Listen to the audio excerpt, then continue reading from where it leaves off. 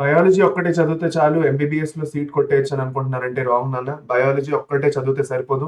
Physics ఇంకా chemistry మీద కూడా అలాంటి ఈక్వల్ ఫోకస్ మీరు పెడితేనే మాత్రం మీరు కాంపిటీషన్ లో ముందుకెళ్ళి మంచి స్కోర్ తెచ్చుకొని నీట్లోని ఒక మంచి కాలేజ్లోని మంచి కాలేజ్లో వెళ్ళగలుగుతారు. And that is only possible ఎప్పుడైతే మీరు యాక్చువల్ గాను ఫిజిక్స్ ఇంకా కెమిస్ట్రీని కూడాను అంతే ఇంపార్టెన్స్ ఇస్తూ చదువుతారు. అండ్ ఫిజిక్స్ ఇంకా కెమిస్ట్రీకి ఇంపార్టెన్స్ ఎందుకు ఇవ్వాలో నేను మీకు ఎలాగో చెప్పేసిస్తాను ఇప్పుడు.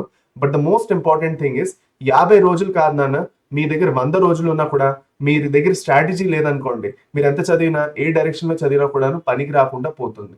సో అందుకే రాబోయే 50 డేస్లోని మీరు ఎలాంటి ఇంపార్టెంట్ విషయాలు శ్రద్ధలో పెట్టుకొని ప్రిపేర్ అవ్వాలో చెప్పేసిస్తాను. జస్ట్ మూడు ఇంపార్టెంట్ విషయాలు చెప్తాను అంతే, అనవసరంగా ఎక్కువ చెప్పను, మీ టైం వేస్ట్ చేయను. సో మొదలెడదాం నాన్న వితౌట్ ఎనీ డిలే. అన్నిటికన్నా ఫస్ట్ ఇంపార్టెంట్ పాయింట్ నాన్న, చాలా మంది ఏం చేస్తున్నారంటే ఇప్పుడు కూడాను బయాలజీ మీద డిపెండ్ అయి ఉన్నారు. చాలా మంది మీకు చెప్తారు కూడా biology is the back bone. Okay, అదొక్కటి చదువుకుంటే పర్వాలేదు, మిగతా అది మేనేజ్ చేయొచ్చు అని. చేయలేవు నాన్న.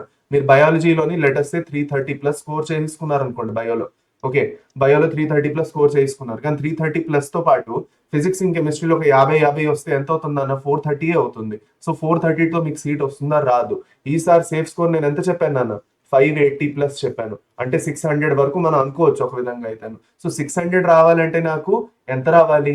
నాకు ఫిజిక్స్ లో ఎంత రావాలి అయితేను? ఆ లెక్కలోని నాకు ఫిజిక్స్ లో ఎంత రావాలి? ఫిజిక్స్ లో నాకు 120 వచ్చినా పోనీ ఓకే, నేను మేనేజ్ చేయొచ్చు. కెమిస్ట్రీలో నాకు ఎంత రావాలి? కెమిస్ట్రీలో దాదాపు నాకు ఒక 130 to 140 వరకు రావాలి. అంత వస్తే నాకు ఇవన్నీ యాడ్ చేసుకొని అప్పుడు వెళ్ళి నా స్కోరు 580 to 600 వరకు రీచ్ అవ్వచ్చు. అప్పుడు నాకు ఛాన్సెస్ ఉన్నాయి. మీరు ఏ కేటగిరీ అయినా అప్పుడు వెళ్ళి మీకు ఛాన్సెస్ ఉన్నాయి ఒక మంచి కాలేజ్లో సీట్ రావడానికి. కానీ మీరు ఈ బయోలోనే కంఫర్ట్ జోన్ లోని ఆగిపోయారు అనుకోండి. బయో అనేది మీకు ఒక కంఫర్ట్ జోన్ అన్న, నేను చెప్తున్నాను మీకు. బయో అనేది కంఫర్ట్ జోన్, చదువుకోవడానికి చాలా బాగుంటుంది, చాలా ఇంట్రెస్టింగ్ ఉంటుంది. As biology students we are bound to inflict towards biology. Biology పక్కకి వెళ్ళిపోతూ ఉంటాం మళ్ళీ మనం. ఫిజిక్స్ అండ్ కెమిస్ట్రీ కష్టంగా ఉందా, మళ్ళీ బయాలజీ చదివేసుకుంటాం. కానీ ఎంత చదువుతారు? ఫిజిక్స్ అండ్ కెమిస్ట్రీ ఎప్పుడు చదువుతారు నాన్న? ఎగ్జామ్ రాబోయే ఒక 10 రోజులు ఉన్నాయంటే అప్పుడు తీస్తారా బుక్? అప్పుడు ప్రాక్టీస్ చేయడం మొదలు పెడతారా? వేస్ట్ కదా నాన్న. ఇప్పుడు కూడా చేయలేదు అంటే మాత్రం ఇంక చేసినా చేయకపోయినా ఒకటే అంటాను నేనైతేను. ఇంకెందుకు ఆ 330 లేదంటే 400 to 450 మాక్సిమం మీ స్కోర్ 500 వరకు వెళ్తుందేమో ఎంత కష్టపడినా. ఏం లాభం? 500 తోటి మనకి సీట్లు రావట్లేదు. ఓకే, ప్రైవేట్ కాలేజ్లో వస్తుందేమో, మీకు ప్రైవేట్ కాలేజ్ ఓకే అంటే 500-550 వరకు పర్వాలేదు. కానీ గవర్నమెంట్ కాలేజ్ కావాలనుకుంటున్నా, లేదంటే ఒక మంచి ప్రైవేట్ కాలేజ్లో అయినా ఒక ఏ కేటగిరీ సీట్ కావాలనుకుంటున్నారంటే తక్కువ ఫీజు తోటి, దిస్ ఈజ్ మ్యాండేటరీ. 580-600 గుర్తుపెట్టుకోండి. సో ఫిజిక్స్ ఇంకా కెమిస్ట్రీ మీద ఫోకస్ మీరు పెంచడం మొదలెట్టండి అన్న. ఎంత కష్టమైనా మీరు ఆ బ్యారియర్ ని క్రాస్ చేయాలి. ఇప్పుడు నేను ఒక విషయం చెప్తాను, జాగ్రత్తగా వినండి. సింపుల్. బయాలజీ కోసం ఏంటి, నేను మీకోసం ఎన్సీఆర్టీ ఎండ్ గేమ్ చేస్తున్నాను. యు ఆర్ సీయింగ్, ప్రతిరోజు నా సెషన్కి వస్తున్నారు. NCERT end game series run అవుతున్నది. ఈ ఎన్సీఆర్టీ ఎండ్ గేమ్ సిరీస్ ఏదైతే ఉన్నదో దీంతోని మీ 360 వరకు కూడా స్కోర్ చేసేయచ్చు బయాలజీలో. అందులో మీకు ప్రాబ్లం జరగదు, ఎందుకంటే నేను ఎన్సీఆర్టీ పూర్తిగా మనం పిండేస్తున్నాం అందులోని. లైన్ బై లైన్ ఎలాంటి క్వశ్చన్ రావచ్చు ఏంటి అన్ని చూసుకుంటున్నాం. సో అన్ని రకాల క్వశ్చన్స్ ట్రై చేస్తున్నాం. మాక్ టెస్ట్లు చేపిస్తున్నాను మీకు అందులో నేను.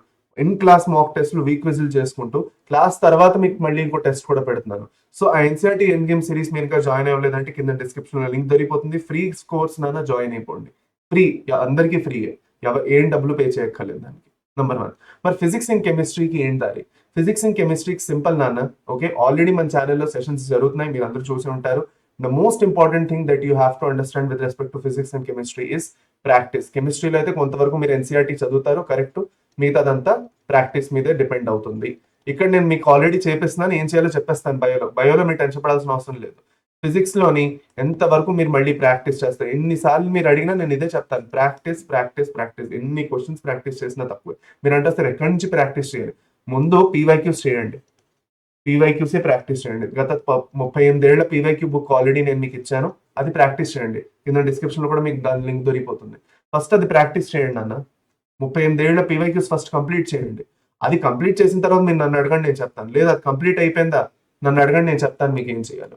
దాంతో ప్రతి చాప్టర్ మీ మాక్ టెస్ట్లు కూడా నేను మీకు ఇచ్చాను, అవి కూడా మీకు కింద డిస్క్రిప్షన్ లో దొరికిపోతాయి, వెళ్ళి మీరు చేసుకోవచ్చు. ఓకే, ఏమేం లేవు ఇక్కడ, రీసోర్సెస్ అన్నీ ఉన్నాయి. మీరు అనుకుంటే చేయడం కుదురుతుంది. కెమిస్ట్రీలోని ఫిజిక్స్లోని ఏం జరుగుతుందో చెప్తాను చూడండి. మీరు యాక్చువల్గా ఫిజిక్స్ చేయడం మొదలెడతారు. ఓకే, మొదలెట్టి ఒక 2 క్వశ్చన్లు చేస్తారు. 2 క్వశ్చన్లో కొంచెం కాన్ఫిడెన్స్ వస్తుంది. 4వ క్వశ్చన్ 5వ క్వశ్చన్ వరకు వెళ్తారు. ఒక్కసారి 6th క్వశ్చన్కి వెళ్తూ మనకి కాన్ఫిడెన్స్ డ్రాప్ అవుతుంది ఒక్కసారి. ఎందుకు రావట్లేదు క్వశ్చన్? సరే పర్వాలేదని అయినా కూడా మీరు ముందుకు వెళ్తారు. 7th క్వశ్చన్కి వెళ్తారు, 8th క్వశ్చన్కి వెళ్తారు, మళ్ళీ 9th క్వశ్చన్కి వస్తూ మళ్ళీ కష్టం అయిపోతుంది, మళ్ళీ కాన్ఫిడెన్స్ డ్రాప్ అవుతుంది. సెకండ్ టైం కాన్ఫిడెన్స్ డ్రాప్ అయినప్పుడు మెల్లిగా అది బుక్ క్లోజ్ చేసేసి మళ్ళీ బయోకి చెక్కేస్తారు. బయో బాగా చదివేసుకుందాం, బయోలో వల్ల బయో అయినా మనం కాపాడుకుందాం. ఆ బయో కూడా రాకపోతే నాకు ఇంకా ఇది రాదు అది రాదు ఏది లేకుండా అవుతుంది అనుకుంటారు. బయోలో మీకు వచ్చే తీరుతాయినా మార్క్స్, అది మీరు టెన్షన్ పడాల్సిన అవసరం లేదు. బయో ఆల్రెడీ అందరూ ముందుకు వెళ్ళిపోతారు, అందరూ బయో చదువుకుంటున్నారు, మీరే కాదు. సో బయో పక్కన పెట్టి ఫిజిక్స్ మీద, కెమిస్ట్రీ మీద ఫోకస్ పెట్టండి. ఫిజిక్స్ అండ్ కెమిస్ట్రీలోని మీరు ఈ ఫ్రిక్షన్ వాల్ ఏదైతే ఉన్నదో, ఈ ఫ్రిక్షనల్ వాల్, ఇది క్రాస్ చేసుకొని ఎప్పుడైతే మీరు ముందుకు వెళ్ళిపోతారో, ఇది ఎప్పుడైతే క్రాస్ చేసుకొని ఎలాగైనా నేను చేస్తాను కూర్చొని అంటే పట్టు వదలిన విక్రమార్కుల్లాగా కూర్చొని, పట్టుపట్టిన విక్రమార్కుల్లా కూర్చొని మీరు చేస్తేనే జరుగుతుంది.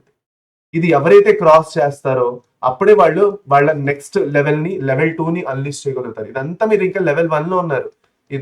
ఈ లెవెల్ 1 దేనికి పనికిరాదు. మీరు లెవెల్ 2కి వెళ్ళాలి, లెవెల్ 3కి వెళ్ళాలి. కానీ మీరు లెవెల్ 1 దగ్గరే ఆగిపోతే ఇంక లెవెల్ 3, లెవెల్ 4 ఎక్కడ వెళ్తారు మీరు? సో లెవెల్ 2కి వెళ్ళాలంటే ఫస్ట్ లెవెల్ 1ని క్రాస్ చేయాలి. లెవెల్ 2కి వెళ్ళిన తర్వాత మీకు తెలుస్తుందో you are capable of this, మీరు క్వశ్చన్స్ చేయగలరు. కానీ మీరు ఎప్పుడు ఆ ఎఫర్టే పెట్టలేదు అంతే. లేదంటే మీరు అనుకున్నారు నా వల్ల కుదరదని, మీరు ముందే అనేసుకున్నారు. కుదరదు అనుకుంటే మీకు కాదు కదా, ఎవరి వల్ల కుదరదు. అర్థమైందా? ఓకేనా? ఏపీజే అబ్దుల్ కలాము అతను ఏదైతే కష్టాలు పడ్డారో లైఫ్ లోని, దాని తగ్గట్టు అతను కుదరదు అనుకుంటే మనకి ఇండియాలో ఒక స్పేస్ సైంటిస్ట్ వచ్చేవాడు కాదు. అర్థమైందా లేదా? సో అతను కుదురుతుంది అనుకున్నారు, చేశారు. అతని బ్యాక్గ్రౌండ్ అంతా మీరు వెళ్ళి చూడొచ్చు. ఓకే, మనకున్న ఆపర్చునిటీస్ కూడా అతని దగ్గర అప్పుడు లేవు, అయినప్పుడు అతను చేశారు కదా. సో అనుకుంటే కుదురుతాయి ఏమైనా, మీరు అనుకోవాలి, అది సింపుల్. రెండో ఇంపార్టెంట్, ఇదంతా ఫస్ట్ పాయింట్ మీదే మొత్తం. This is the first point only, మొత్తం ఇదంతా first point. Second important point, మీరు రివిజన్ చేసే విధానాల్లో ఎక్కడ ప్రాబ్లమ్స్ వస్తున్నాయి అండ్ ఎలా దాన్ని ట్యాకిల్ చేయాలి. ఎందుకు రివిజన్ గురించి మాట్లాడుతున్నాను? అందరూ మామూలుగా రివిజన్ చేస్తూనే ఉంటారు కదా. ఓకే, సో ఎందుకు రివిజన్ గురించి స్పెసిఫిక్ గా చెప్తున్నాను చూడండి అన్న. మీ సిలబస్ 50% అయిపోయినా పర్లేదు, ఇప్పటి వరకు మీ సిలబస్ 50% అయినా పర్వాలేదు, ఇట్ డజంట్ మ్యాటర్. మీరు రివిజన్ మొదలెట్టాలి. ఎందుకంటే ఎంతైతే సిలబస్ చదువుతున్నారో, లెటర్స్ మీరు ఒక పర్టికులర్ అమౌంట్ ఆఫ్ సిలబస్ చదువుతున్నారు. ఫస్ట్ సండే ఆఫ్ మార్చ్ వచ్చింది, దట్ ఈస్ టుమారో కదా. అంటే ఫస్ట్ అయిపోయిందిలేండి, అది వదిలేండి. మనకి 7th రేపు ఏంటి మనకి 8th March. Okay, letters 8th March వచ్చింది. సో 8th మార్చ్కి మీరు ఏం చేయబోతున్నారు? కొంచెం రిలాక్స్ అవ్వబోతున్నాను సార్, వారం అంతా చదివాను, కొంచెం రిలాక్స్ అవుతాను. ఈ రిలాక్స్ మీరు తర్వాత అవ్వచ్చు. ఈ 8th మార్చ్కి, మార్చిలోని మార్చ్ 1 నుంచి ఇప్పటి వరకు ఏం చదివారో దాన్ని రివైజ్ చేయాలి. అది నేను చెప్తున్నాను ఇక్కడ. మొత్తం సిలబస్ రివిజన్ గురించి చెప్పట్లా, వీక్లీ రివిజన్ గురించి చెప్తున్నాను. సెకండ్ సండే ఏం చేస్తారు? సెకండ్ సండే వచ్చేసి మీరు ఏం చేస్తారు? ఓకే, ఈ 2 వారాలు ఏం చదివారో, ఈ 2 వీక్స్ ఏం చదివారో దాన్ని రివైజ్ చేస్తారు. థర్డ్ సండే ఏం చేస్తారు? థర్డ్ సండే వస్తూ ఆ పర్టికులర్ వీక్ ఏదైతే చదివారో అది, ఓకే, ఆ పర్టికులర్ థర్డ్ వీక్ ఏదైతే చదివారో దాన్ని రివైజ్ చేస్తారు. యాడెడ్ టు దాట్ ఈ పర్టికులర్ మనకి 15 days ముందు కాకుండా ఫిబ్రవరిలో కూడా మీరు ఏదైతే చదివారో ఆ ఫెబ్ ప్లస్ మార్చ్ 15th వరకు రివిజన్ చేస్తారు. మార్చ్ 15th వరకు ఏదైతే మీరు చదివారో అదంతా రివిజన్ చేస్తారు. ఇది రివిజన్ ఒక ప్లాన్ అంటేను. అర్థమైందా? దీన్నే మనం ఏమంటాము, మనం కంటిన్యూస్ గా ఒక రీకాల్ మెథడ్ క్రియేట్ చేసుకుంటున్నాం. మనం చదివింది మర్చిపోతాం, లేదంటే గుర్తుండదు. ఎంత ప్రయత్నించండి, మనందరం మనుషులమే, రోబోట్స్ కాదు. Okay, there is no boom robo. Okay, మనందరం మర్చిపోతాం. సో గుర్తు తెచ్చుకోవాలంటే పీరియాడికల్ రివిజన్ చాలా చాలా ఇంపార్టెంట్. ఫోర్త్ సండే వస్తూ ఫోర్త్ లేదంటే లాస్ట్ డే తీసుకోండి. Letters last day that is March 31st ఉన్నది అనుకోండి.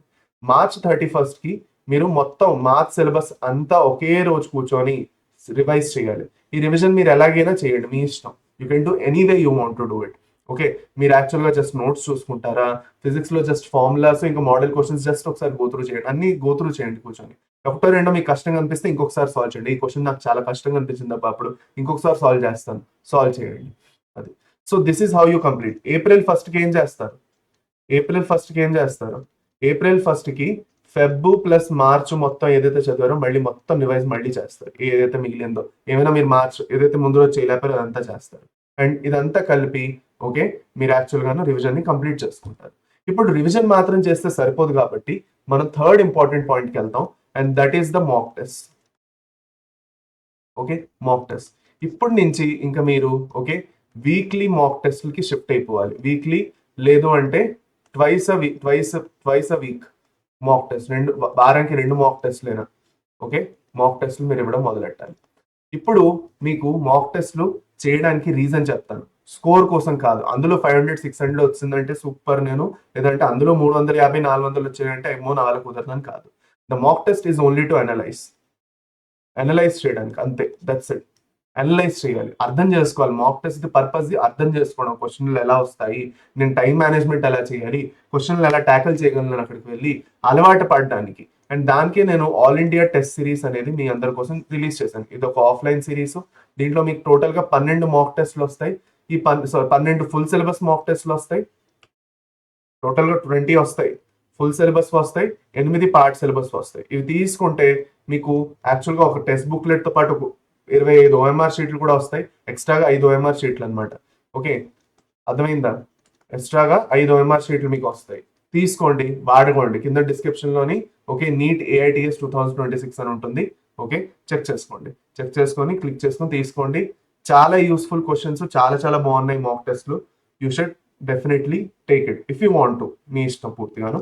Okay, and now the most important part of this ఏంటి, దట్ ఈస్ నేను ఏదైతే లాస్ట్ అండ్ ఫైనల్ హ్యాబిట్ నేను మీ అందరికీ చెప్పబోతున్నాను.